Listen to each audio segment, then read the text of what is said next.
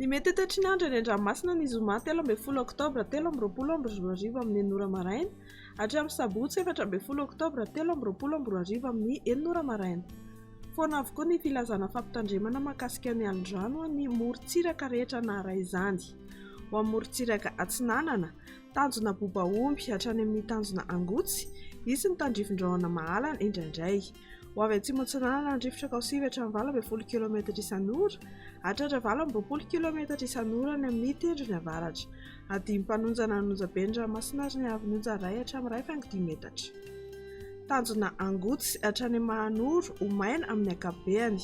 Ho avy avaratra Atsinanana iovaova ny rivotra ny avaratra Toamasina Kaosivy hatramin'ny 9 km isan'ora. Ho avy avaratra kosa izany any Ankafaka ho 12 hatramin'ny 20 km isan'ora. Anonjabe ny Ranomasina ary ny Avinonja Ray faingo 2 hatramin'ny 2.5 metatra. Mahanoro hatrany Taolagnaro, anorana tandrifin-drahona vitsy amin'ny fiandohan'ny fehim-potoana. Ho avy avaratra amin'ny ankapobeny rivotra ka 12 hatramin'ny 20 km isan'ora, hatratra 7 km isan'ora indraindray ny tolakandro. Anonjabe ny Ranomasina ary ny Avinonja Ray faingo 5 hatramin'ny 2 metatra.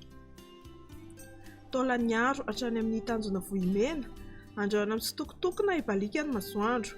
Ho avy Atsinanana andrifotra ka ho 7 hatramin'ny 12 km isan'ora, iodina avy andrefana kosa amin'ny fiafaran'ny fehim-potoana ka ho 12 hatramin'ny 20 km isan'ora. Anonjabe ny Ranomasina ahery indraindray amin'ny fiandohan'ny fehim-potoana ary ny Avinonja 2.5 metatra, fa mety hidina 2 metatra amin'ny fiafaran'ny fehim-potoana. Isy kosa ny alin-drano avy atsimo. Ho amin'ny morontsiraka andrefana, tanjona Vohimena hatrany amin'ny tanjona Akabo ibalika ny masoandro. Ho avy Atsinanana andrifotra ny atsimon'ny Toliara amin'ny fiandohan'ny fehim-potoana ka ho 12 hatramin'ny 17 km isan'ora, iovaova kosa izany any Ankafaka ho 9 km isan'ora.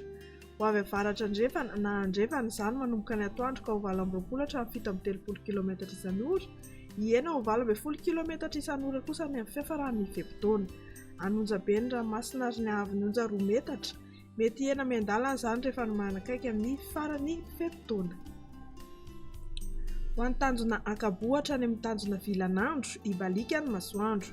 Ho avy avaratra amin'ny ankapobeny rivotra Kaosivy hatramin'ny 9 km isan'ora, adimy mpanonja ny Ranomasina ary ny Avinonja 8.5 hatramin'ny 2 metatra.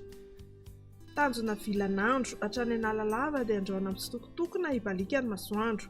Ho avy andrefana na avaratra andrefana andrifotra Kaosivy hatramin'ny 12 km isan'ora, ho tonina hadimy mpanonja ny Ranomasina ary ny Avinonja dia manodidina ny 8.2 hatramin'ny 8.9 metatra.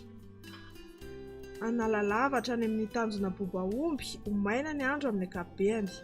Ho avy Atsinanana andrifotra any amin'ny tapany avaratra ka ho 12 hatramin'ny 17 km isan'ora indrindra ny amin'ny maraina sy ny hariva.